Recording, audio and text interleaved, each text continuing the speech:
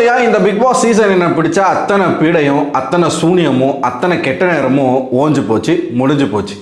ஏன்னா இந்த வீட்டுக்குள்ளே இருந்து அந்த ஏழ்றைங்களெல்லாம் வெளியில் போயிருந்தாலும் வெளியில் இருக்கக்கூடிய ஏழ்றைங்களுடைய வேலை இன்னமும் தொடர்ந்துக்கிட்டே தான் இருக்குது. அதாவது வாய் இருக்குது அப்படிங்கிறதுக்காக என்னெல்லாம் பேசலாமோ என்னெல்லாம் பேசக்கூடாதோ அது அத்தனையும் பேசிக்கிட்டு இருக்காங்க. உதாரணத்துக்கு விஜய் சேதுபதியையும் அரோராவையும் வச்சு அவ்வளவு அசிங்கமாக ஆபாசமாக அவ்வளவு கேவலமாக பேசிக்கிட்டு இருக்காங்க. எனக்கு என்ன புரியல அப்படின்னா, பார்வதி ஒன்றும் கேமரோ இல்லை ஒரு நல்ல ஒரு ஹியூமனோ இது ரெண்டுமே கிடையாது. நெகட்டிவ் மட்டுமே, நெகட்டிவால் மட்டுமே ஒரு ஷோவை ரன் பண்ண ஒரு கண்டஸ்டன்ட் இவ்வளவு தூரம் ஒரு பையன் கூட சேர்ந்து அதே மாதிரி லவ் கண்டென்ட் பண்ண 2 பேர், வியானா, எஃப்ஜே, ஆதிரி, துஷார், இவங்க எல்லாருமே கேமை விட்டுட்டு இவங்க லவ் கண்டென்ட் மட்டும் பண்ணிக்கிட்டு இருக்காங்க. நம்ம வெளில அமிச்சோம், அதே தான் இவங்களும் பண்ணாங்க. அதாவது கேம் நெகட்டிவான ஒரு கேம், இந்த சைடு ஒரு லவ் கண்டென்ட், இந்த எல்லாமே ஆபாசம், எல்லாமே தப்பு, இந்த சொசைட்டிக்கு எதுவுமே ஆகாத விஷயங்கள். இதை பண்ண பர்சனுக்கு இவ்வளோ சப்போர்ட் பண்ணி இவ்வளோ தூரம் கொண்டு ரெட் கார்டு வாங்கி கொடுக்குற அளவுக்கு அவங்கள நீங்கள் ஊக்குவிச்சு இப்பயும் அவங்களோட தவறை அவங்கள உணர விடாமல் மீண்டும் மீண்டும் மீண்டும் மீண்டும் அவங்களுக்கு சப்போர்ட் பண்ணுறேன், அவங்களுக்காக நான் நிற்கிறேன், நான் பேசுகிறேன் அப்படிங்கிற பேரில் நீங்கள் சொம்படிக்கிறதும், அவங்க வெளியில் போயிட்டாங்க, அவங்களுக்கு ரெட் கார்டு கொடுத்துட்டாங்க, ரெட் கார்டு கொடுத்த ஒரே காரணத்துக்காக அதில் சம்மந்தப்பட்ட அத்தனை ஆட்களையும் அவதூறு பரப்புறது, அசிங்கமாக பேசுகிறது, ஆபாசம் அப்யூஸ் பண்ணுறாங்க, ஹராஸ்மெண்ட் பண்ணுறாங்க. லிட்ரலாக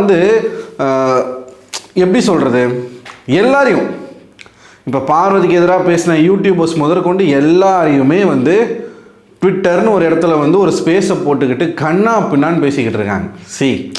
அதாவது குலைக்கிற நாய் கடிக்காது ஒன்று. இன்னொன்று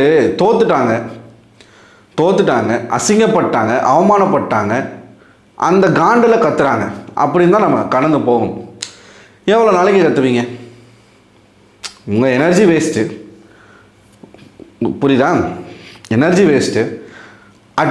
அட்லாஸ்ட் நாங்கள் ஜெயிச்சிருக்கோம், நாங்கள் தான் ஜெயிச்சோம். இந்த பீடை போச்சு, வீட்டை விட்டு போச்சு, இந்த வீட்டை பிடிச்ச தரித்திரமே போச்சு.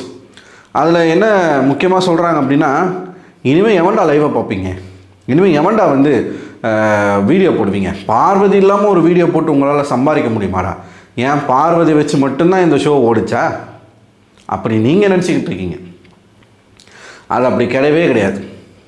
ஸோ ஒரு பக்கம் இந்த கதறல்கள் தொடர்ந்துக்கிட்டே இருக்கிற சமயத்தில் டெய்லியும் நைட் ஆனால் ஒரு ஸ்பேஸை போட்டு இந்த சைடு கதறிக்கிட்டு இருக்க அதே நேரத்தில் இந்த பக்கம் பிக் பாஸ் வீட்டுக்குள்ளே என்னெல்லாம் நடந்திருக்கு அப்படின்னு பார்த்தீங்கன்னா, சுபிக்ஷா எவிக்ட் ஆகிட்டாங்க, Aurora ticket to finale win பண்ணிட்டாங்க. இப்போ அதுதான் காண்டு. Aurora ticket to finale win பண்ணி ஃபைனலுக்கு போயிட்டா. அதாவது பார்வதிக்கு முன்னாடி அரோரா போகணும்னு இவங்கெல்லாம் வேண்டுனாங்க, தலைகீழ நின்னாங்க, சவால் விட்டாங்க, நடக்கலை. அந்த பொண்ணு கெத்தா மாசா ஃபைனல்ஸ்க்கு போயிட்டா. இப்போ அதில் தான் ஒரு நரேட்டிவ் செட் பண்ணிக்கிட்டு இருக்காங்க. விஜய் சேதுபதிக்கும் அரோராவுக்கும் கனெக்ஷன் ஆமாம், அதனால்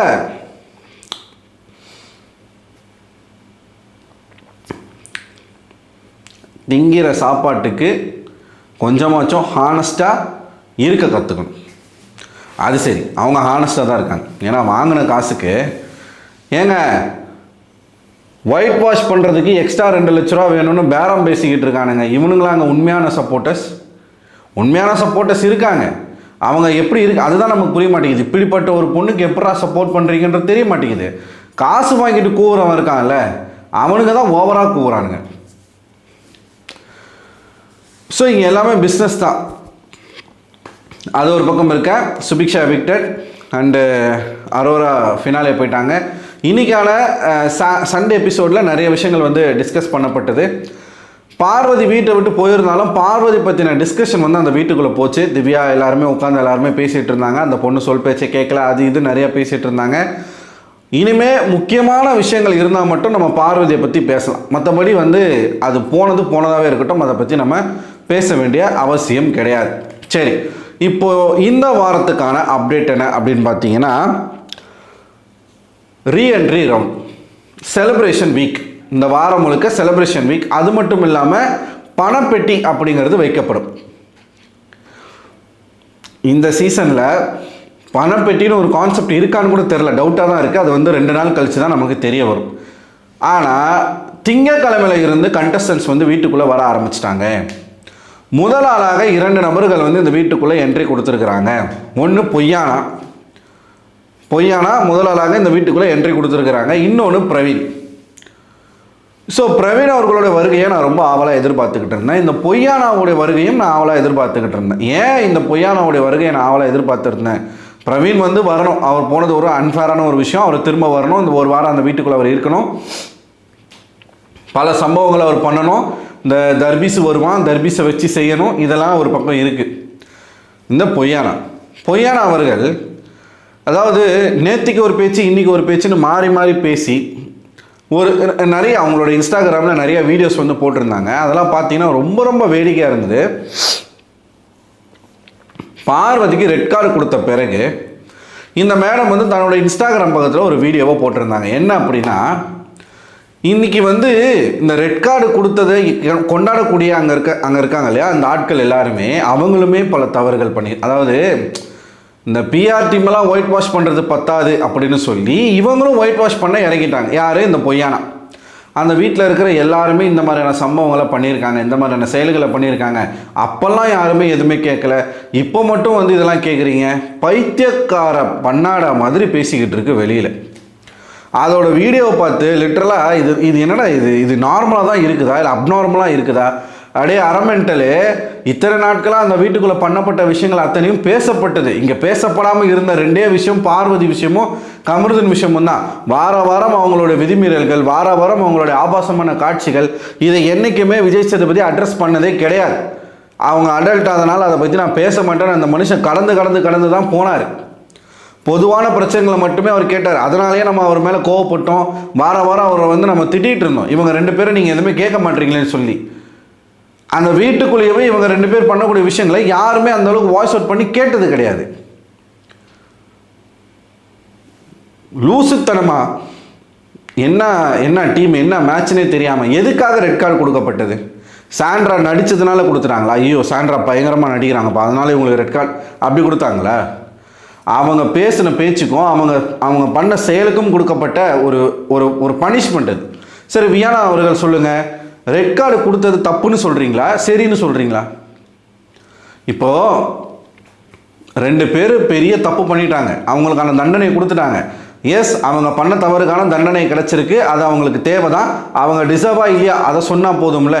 இப்போ எல்லாரும் எங்கே வந்து சுற்றிக்கிட்டே இருக்கானுங்கன்னு பார்த்தீங்கன்னா, ஏன் இந்த வீட்டில் மற்றவங்களாம் பண்ணலையா? இந்த ட்விட்டர்லேயும் இதான் பேசுகிறானுங்க, இந்த வியானா போன்ற ஆட்கள், இந்த திவாகர் போன்ற ஆட்களும் இதான் பேசுகிறாங்க. ஏன் மற்றவங்களாம் செஞ்சதே இல்லையா? இதுக்கு முன்னாடி எவ்வளோ பேர் எவ்வளோ விஷயங்கள் பண்ணியிருக்காங்களே, ஏன் அவங்களுக்குலாம் வந்து ரெட் கார்டு கொடுக்கல? ஏன் அவங்க விஷயங்கள்லாம் வந்து கேட்கல? ஏன் அதெல்லாம் வந்து ஸ்டாப் பண்ணலை? என்ன சொல்கிறாங்க கடைசியாக? இதை வந்து நீங்கள் இத்தனை நாளாக எத்தனையோ வாட்டி இந்த மாதிரியான பிரச்சனைகள்லாம் நடந்திருக்கு, அதை அப்போவே கேட்டு அதை சரி பண்ணியிருந்தா இது இவ்வளோ தூரத்துக்கு வந்திருக்காது. அப்போயெல்லாம் விட்டுட்டாங்க, அப்போயெல்லாம் அதை நார்மலைஸ் பண்ணாங்க. அந்த மாதிரியான விஷயங்கள் எல்லாமே நார்மலைஸ் பண்ணதுனுடைய விளைவு தான் இன்றைக்கி இவ்வளவு மோசமாக ஒரு சக கண்டஸ்டன்ட் வந்து எட்டி ஒதிச்சு தள்ளுற அளவுக்கு அவங்க வந்திருக்காங்க அப்படின்னு இந்த விலங்கா வெட்டி பேசிக்கிட்டு இருக்கு. இந்த கேள்வியை நீ யார்கிட்ட கேட்கணும்? ஓசிக்கிட்டே கேட்கணும். இப்போ ஒரு ஸ்கூல் இருக்குது, இந்த பிக் பாஸ் வந்து ஒரு ஸ்கூல் இல்லை ஒரு காலேஜ்னு கூட வச்சுக்கோங்களேன். அந்த ஸ்டூடெண்ட்ஸ் தப்பு பண்ணாங்க அப்படின்னா அவங்களுக்கு மேலே இருக்கக்கூடிய டீச்சர்ஸ் கேட்கணும், பிரின்சிபல் கேட்கணும், ஹெச்ஓடி இல்லைன்னா ஹெட் மாஸ்டர், இவங்க தான் கேட்கணும். ஹையர் அத்தாரிட்டி யார்? அவங்க தான் கேட்கணும்.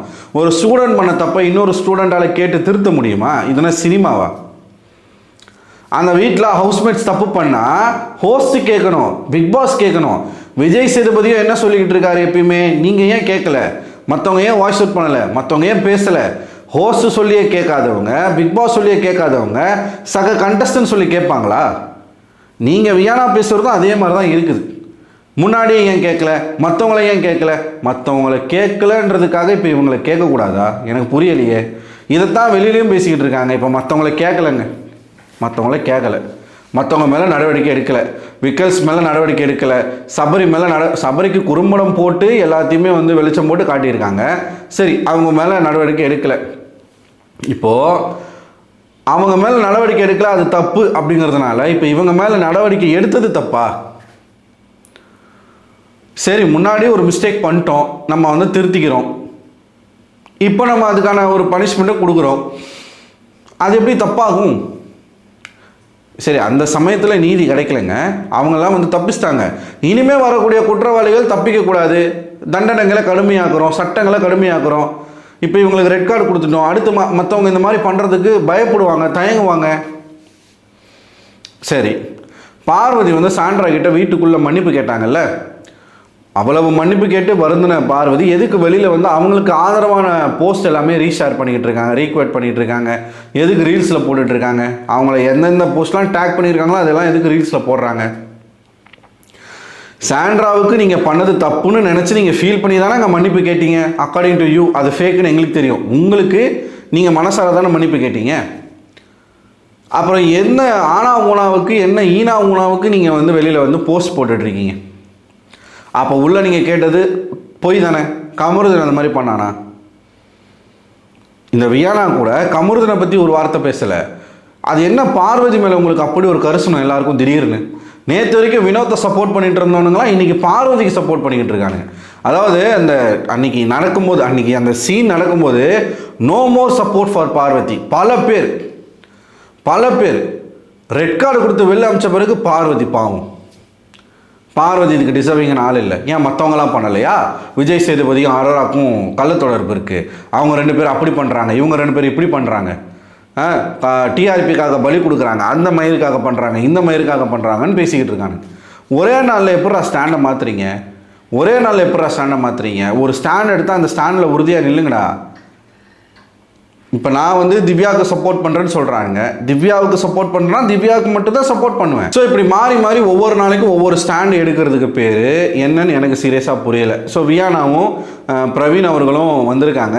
வியானா வந்தோடனே பெரிய வாம்ஃபயர் மாதிரி அந்த வீட்டுக்குள்ளே புகுந்து எல்லாரையும் கேள்வி மேலே கேள்வி கேட்டிருக்காங்க. திவ்யாவை, விக்கல்ஸை, சபரியை, சாண்ட்ராவெல்லாம் பயங்கரமான கேள்விகள் கேட்டிருக்காங்க. இந்த ரெட் கார்டு இஷ்யூவை பற்றி நிறைய கொஸ்டின் கேட்டிருக்காங்களாம். என்னமோ ஆக்சுவலாக வியானா வந்து கண்டஸ்டண்ட்டே கிடையாது, இவங்க அவுட் ஆஃப் கேம்லேயே இவங்க கிடையாது, கேமில் இல்லை. இந்த ஒரு வாரம் வந்திருக்கிறது நீங்கள் சும்மா அந்த வீட்டுக்குள்ளே சில் பண்ணுறதுக்கு தான் வந்திருக்கீங்க. உங்களுக்கு அங்கே இருக்கக்கூடிய கண்டஸ்டன்ஸை கேள்வி கேட்குறதுக்கு உரிமையே கிடையாது. பிகாஸ் நீங்கள் கேம்லேயே இல்லை. வந்தோமா, சோறை தின்னோமா, தூங்கணுமா, எந்திரிச்சோமா, டான்ஸ் ஆடினோமா, கிளம்பி வீட்டுக்கு போனோமான்னு இல்லாமல் தேவையில்லாத விஷயங்கள்லாம் அங்கே பேசிக்கிட்டு, அதாவது இவங்க ஸ்கோர் பண்ண வராங்களாமா. இவங்க வெளியில் எவிக்ட் ஆகி போய் பார்த்துட்டாங்க என்ன மாதிரியான விஷயங்கள்லாம் இவங்களுக்கு நடந்திருக்கு, இந்த பொய்யானா ஃபேக்கானா இப்படி போட்டு மக்கள் வந்து கழிவுகளே ஊற்றுருக்காங்க இல்லையா, அது எல்லாமே மறுபடியும் மேடம் வந்து அதை சரி பண்ணுறதுக்கு இப்போ வந்து கெத்து காட்டுறாங்களாமா. வந்து அந்த கேள்வி இந்த கேள்வி பயங்கரமான கேள்வியெல்லாம் கேட்டாங்க. அப்படி இப்படி பிக் பாஸ் சிம்பிளாக முடிச்சு விட்ருக்காப்புல.